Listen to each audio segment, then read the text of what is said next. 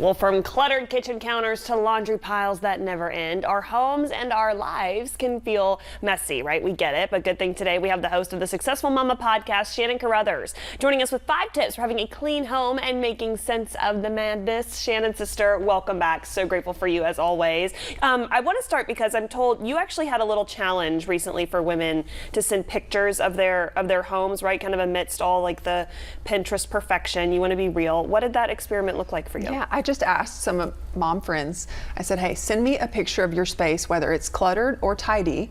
And the majority of the pictures I got were cluttered. Wow. Which I think is just a testament to the fact that it doesn't matter your income level. It doesn't matter if you're stay-at-home mom, working mom. We all have mess. Yes, we all struggle with it. And shout out to them too for just being honest. I feel like I probably would have, well, I don't know, I'm honest, but sometimes you kind of like clear it up a little bit and then you're like, okay, here's my space. And it's like, we know that's just so not realistic. Wow. So again, seeing these just honest, shout out to these ladies being honest and real. Again, we know that the clutter is so real. And again, though, you've come up with 5 tips for kind of helping us navigate this, making sense of it, cleaning up in a way that doesn't add so much pressure. This first strategy, everything has a home. Yes, this is a super simple one. You hear it often.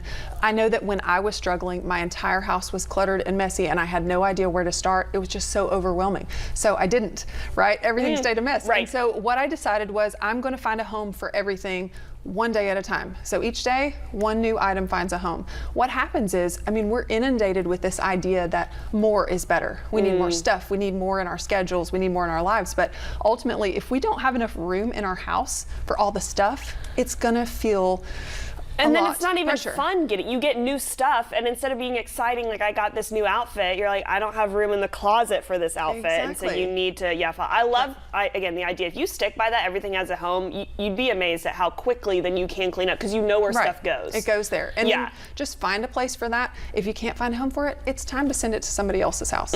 You heard it here first from Shannon Carruthers. Okay, tip number 2, you talk about routine pairings. Yes. What do these look like in your home? This is really helpful for moms in any season because we all have routines. Whether we're going to soccer practice 1 or 2 times a week or we're doing nightly baths with our kiddos, you can pair something that you're wanting to do with something you already do. So when my kids were toddlers and they were in bath time every day, I would use that time to clean the bathroom because I was already in there. Wow. You know? Yeah, so it makes sense. Exactly. So another thing I do is, like, if I'm having my coffee in the morning, I could pair that with wiping down the kitchen counters or maybe unloading even part of the dishwasher. Yeah. You're there. You linking up the calendars and times that makes sense. That's a really smart idea.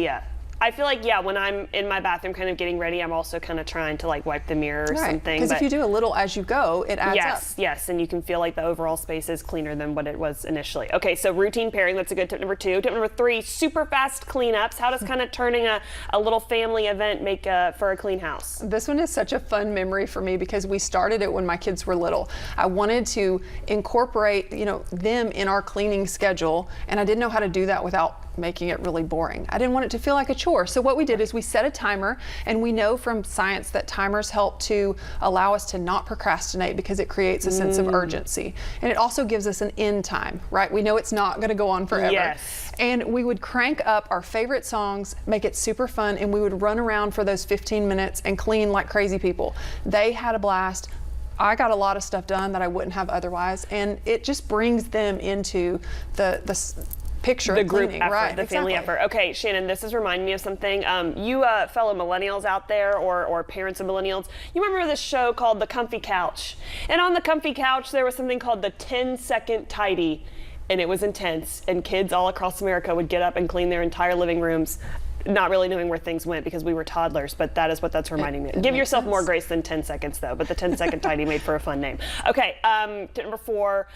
A lot of people get discouraged by slow progress, but slow progress is still progress. How can we kind of stay motivated even when the house still feels like it's just not clean? Yeah, I think that we have got to shift our mindset around what is progress, what does growth look like? Because in motherhood, we're already so overloaded. Our plates are full and there's just not room for more.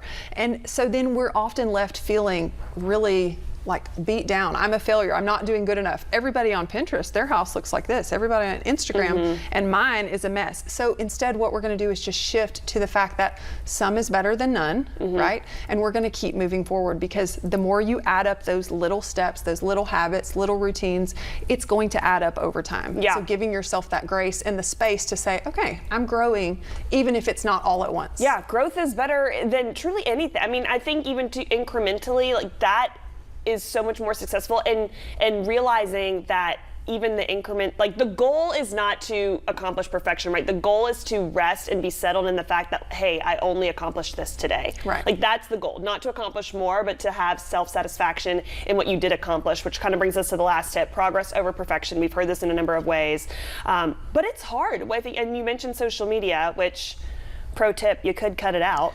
That's true. And be fine. That's true. But how do you kind of I mean, your life also kind of very much in a social media platform as well. How do we kind of stay grounded when we're comparing ourselves to such perfect spaces? Yeah, it's really tough. And I'll be honest, like I tell myself this all the time. And I, in fact, used to have it printed over my first kitchen sink. It said progress, not perfection.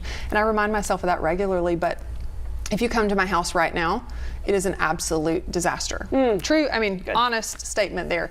But the thing is that we've got to allow ourselves some grace, right? We understand that we go through hard seasons. We go through times where we're gonna choose that other things are more important than having a clean house, and that's okay. Yeah. So giving ourselves permission, your cleanliness in your house, your decluttering journey doesn't have to be linear. It doesn't have to be, now my house is clean, from now on it's got to stay clean forever. That's just not there are real different life. seasons. And honestly, no one likes perfect. No. You see the houses.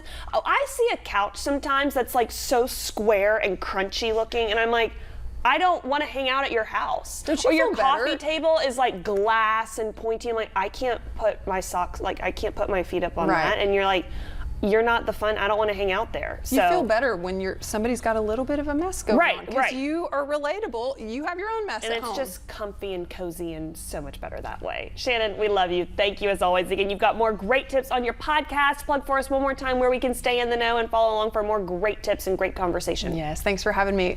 You can find the Successful Mama podcast wherever you get your podcast, and you can also check out successfulmamapodcast.com. We will do just that. Shannon, sister, thank you. I'm coming over to your house and hanging out on the couch. That'll be The great. mess. I'll move the laundry out of the way. Don't even do it. I like it piled on. It keeps me Perfect. warm.